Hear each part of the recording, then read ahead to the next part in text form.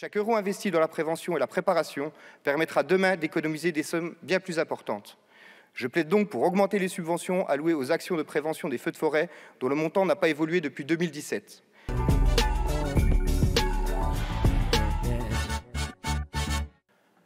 Madame la Présidente, Madame la Ministre, Monsieur le Président de la Commission des Finances, chers collègues, il me revient de vous présenter les crédits proposés par le gouvernement pour le programme 161 consacré à la sécurité civile. Pour l'année 2024, le montant des autorisations d'engagement est de 686,5 millions et de 734,6 millions d'euros en crédits de paiement. On constate une diminution de 53,36% des autorisations d'engagement, une baisse qui résulte de la contractualisation en 2023 d'importants marchés pour le renouvellement des moyens opérationnels. 150 millions d'euros pour les pactes capacitaires, 471,6 millions d'euros pour l'acquisition de 36 hélicoptères, 240 millions pour le renouvellement et l'extension de la flotte de Canadair. Pour les crédits de paiement, on constate une augmentation de 2,87% par rapport à l'année dernière.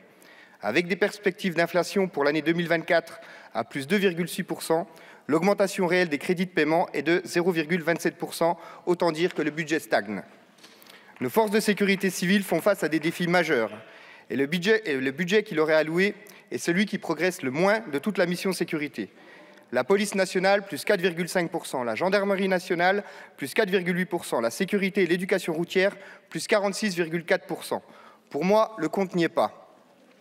Du côté des moyens nationaux, je me réjouis que l'État poursuive son effort financier en faveur de la prise en charge des menaces NRBCE, de l'annonce de la création d'une 4e unité de Formisc, ainsi que du renouvellement de la flotte des hélicoptères de la sécurité civile.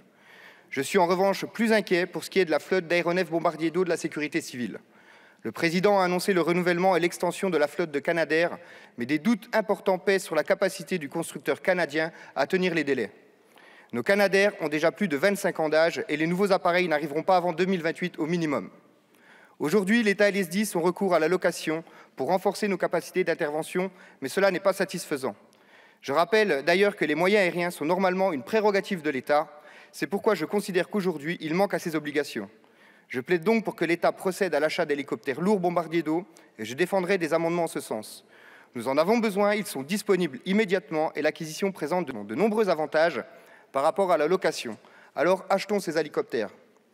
En matière de soutien aux acteurs de la sécurité civile, je tiens à attirer l'attention de notre Assemblée sur la situation de la Brigade des sapeurs-pompiers de Paris et de nos associations agréées de sécurité civile. La BSPP a fait part d'un besoin de financement supplémentaire de 20 millions d'euros. Du fait du financement partagé de la brigade, l'État doit augmenter sa participation de 5 millions d'euros.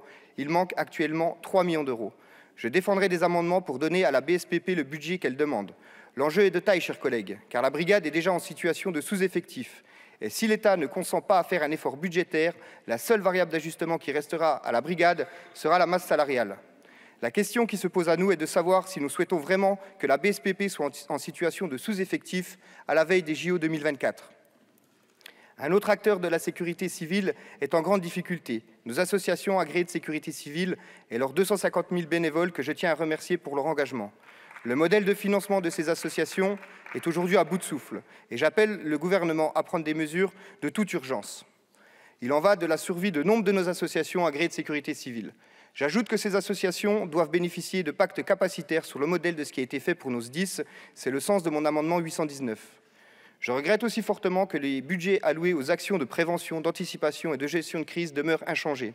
Chaque euro investi dans la prévention et la préparation permettra demain d'économiser des sommes bien plus importantes. Je plaide donc pour augmenter les subventions allouées aux actions de prévention des feux de forêt, dont le montant n'a pas évolué depuis 2017.